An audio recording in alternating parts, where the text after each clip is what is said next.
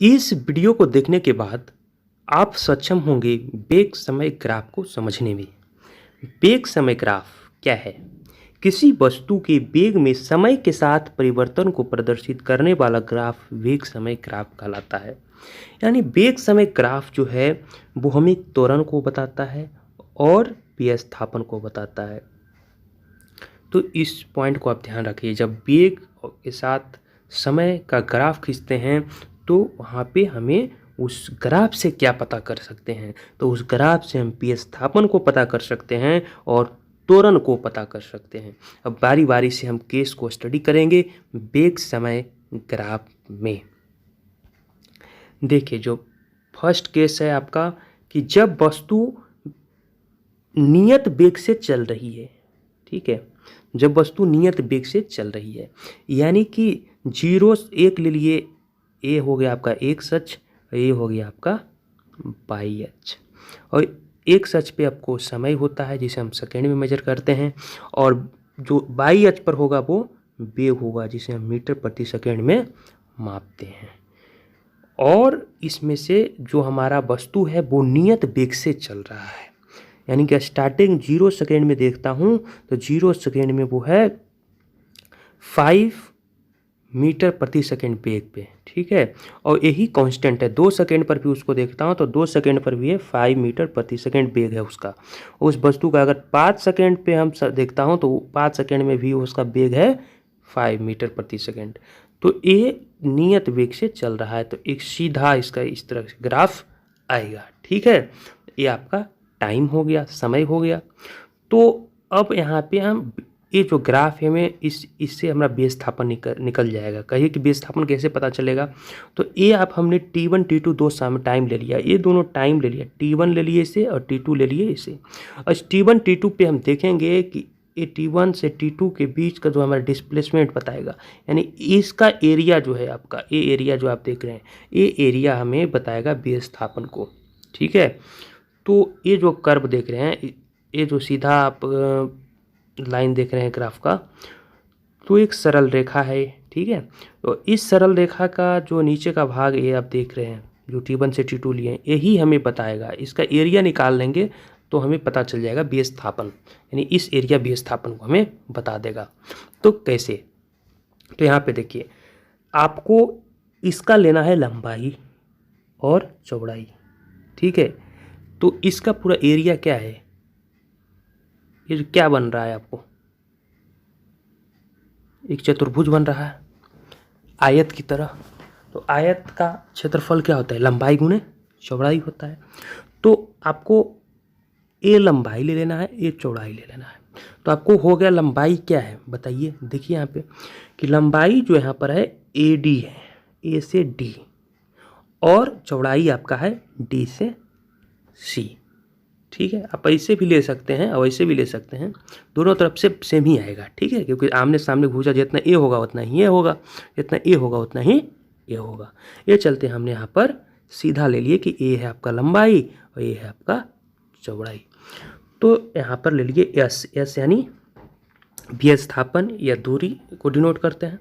तो यहाँ पर देखिए विस्थापन कैसे आएगा, AD गुणे DC कर दिए, और AD आपका कितना है, देखिए A से D तक, यानी 0 से 5 है, तो 5 मीटर प्रति सेकेंड ले लिए। और टाइम क्या है, तो टाइम यहाँ पर चेंज हो रहा है, T1 T2 यानी जा रहा है, तो इसको चेंज हो रहा है तो कैसे लिखेंगे, T2 माइनस T1, तो ये पता चल जाएगा। तो यहाँ पर लिख दिए T2 माइनस T1 सेकेंड, और 5 के 5 लिख दिए, क्लियर। और यहाँ पे क्या किए कि 5 T2 क्या है 5 है, और T1 है आपका 2, तो 5 माइनस 2 ये आ गया 5 गुने 3, कि ये 5 आ गया और 5 में से 2 गया 3 आ जाएगा। तो यहाँ पर 5 ये कितना हो गया 15, यानी 15 मीटर आपका विस्थापन प्राप्त हुआ। सेकेंड केस है कि जब वस्तु विरामावस्था से एक समान गति में हो तब त्वरण क्या होगा और विस्थापन क्या होगा। तो पहले ग्राफ समझिए, ये आपका रहा एक्स अक्ष जो समय को बताता है, और ये रहा आपका वाई अक्ष जो वेग को बताता है। समय को सेकेंड से और वेग को मीटर प्रति सेकेंड से मापते हैं। देखिए, तो ये रहा आपका समय, ठीक है।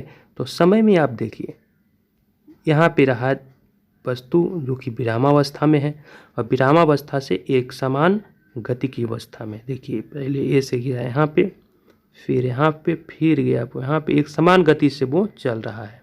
ठीक है, तो ये जो यहाँ पे प्राप्त होगा 0 से विरामावस्था से एक सीधा लाइन यहाँ पे प्राप्त होगा।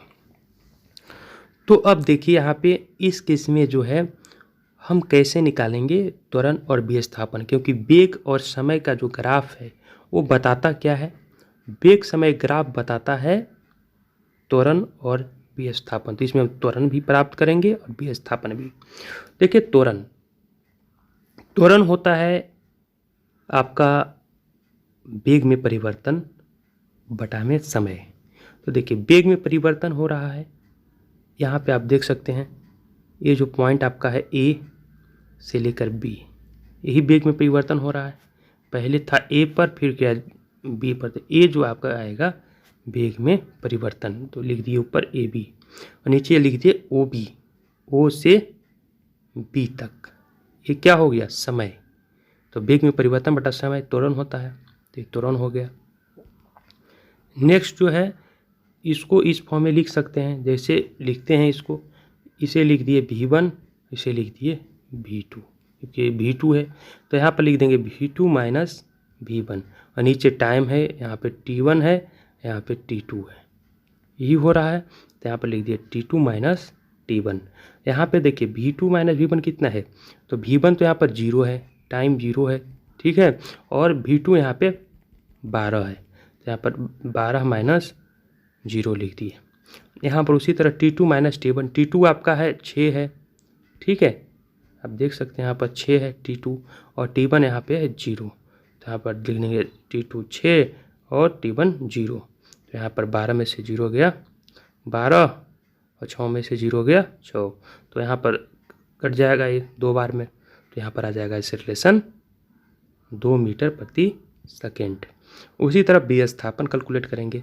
विस्थापन के लिए क्या है, विस्थापन जो ग्राफ होता है आपका, ये जो ग्राफ आ रहा है एक समान गति का ग्राफ जो है, तो यहाँ पे आप देखिए कि ये नीचे का जितना पार्ट है आप ये देख रहे हैं, यही चीज़ इसी से हमें पता चलेगा विस्थापन। तो इसका एरिया निकाल लेंगे हम, ठीक है, ये जो आप देख रहे हैं इसका हम क्या निकाल लेंगे, एरिया। तो ये एरिया ही हमें बता देगा इसका विस्थापन कितना है, ठीक है। तो आप देख रहे हैं ये क्या है, एक ट्रायंगल लग रहा है, तो इस ट्रायंगल का जो है एरिया क्या होगा, तो होगा 1/2 हाफ आधार गुने ऊंचाई होता है। तो आधार क्या होगा, ये आधार हो जाएगा और ये ऊपर क्या हो जाएगा, इतना ये ऊंचाई हो जाएगा, त्रिभुज का ऊंचाई ये होगा और आधार नीचे होगा। तो यहाँ पर लिख देंगे 1/2 गुने OB, OB आपका आधार हो गया, O से लेकर B तक, OB क्या हो गया आपका आधार, ये O हो गया, ये B है तो OB आधार, और ऊंचाई हो जाएगा AB बताए थे आपको कि AB ऊंचाई हो जाएगा, तो ये ऊंचाई हो गया। और हाफ लिख दिए 1/2, ये T2 माइनस T1, ये V2 माइनस V1 लिख दिए, क्योंकि ये तो आएगा T2 माइनस T1, ये आएगा V2 माइनस V1, ठीक है, ये क्योंकि ये V1 से जा रहा है V2, तो यहाँ पर V2 माइनस V1 लिख दिए, यहाँ पर T1 से जा रहा है T2, तो यहाँ पर T2 माइनस T1 लिख दिए, 1/2 लिख दिए।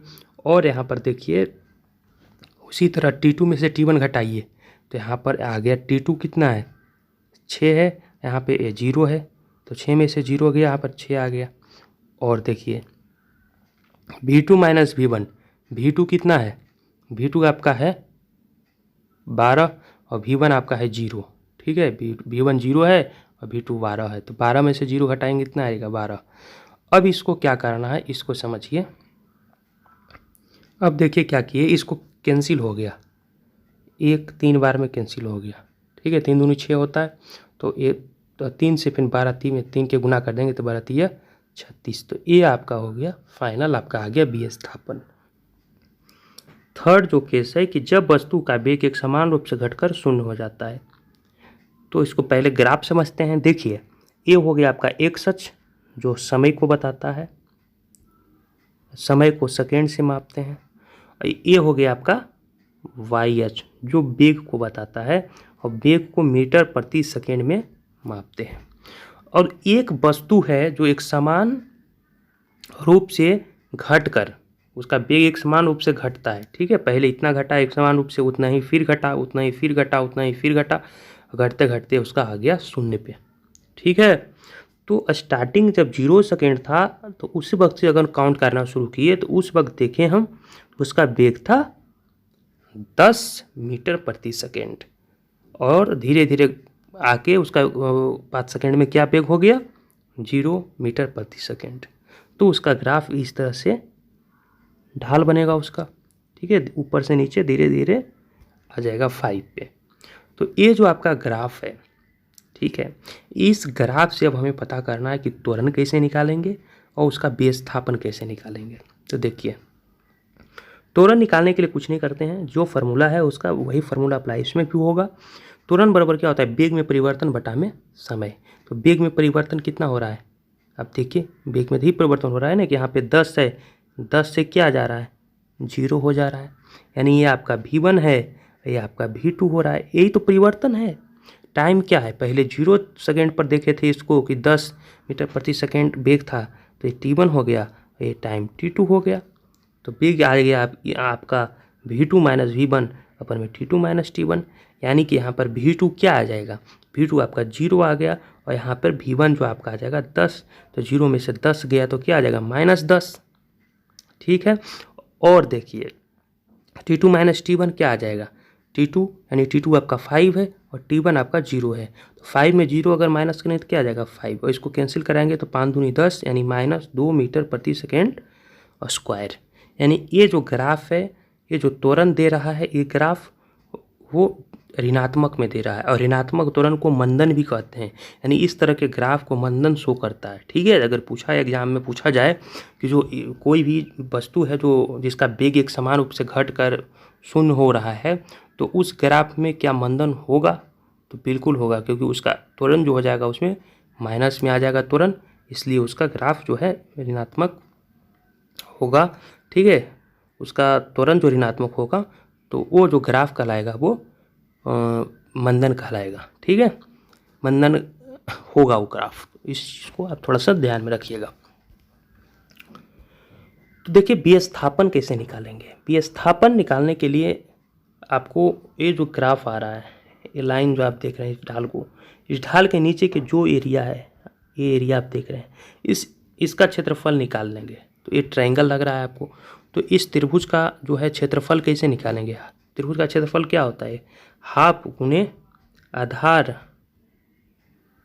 गुने ऊंचाई होता है, याद कीजिए मैथमेटिक्स में आप पढ़े होंगे। तो यहाँ पे ये फार्मूला लगाएंगे हम, ठीक है। यहाँ पर देखिए विस्थापन बराबर त्रिभुज OAB का क्षेत्रफल, OAB का इस एरिया का आपका इस त्रिभुज का क्षेत्रफल निकाल लीजिए, ठीक है। हाफ गुने आधार गुने ऊंचाई, तो आधार आपका क्या हो जाएगा OB, ऊंचाई आपको हो जाएगा OA, ठीक है। तो हाफ गुने OB है आपका 5 और OA आपका है 10 है, यानी 10 है। और इसको काट दिए 2 बार में, 5 दूनी 10, आ गया 5 5 25, तो ये आपका आ गया आंसर 25।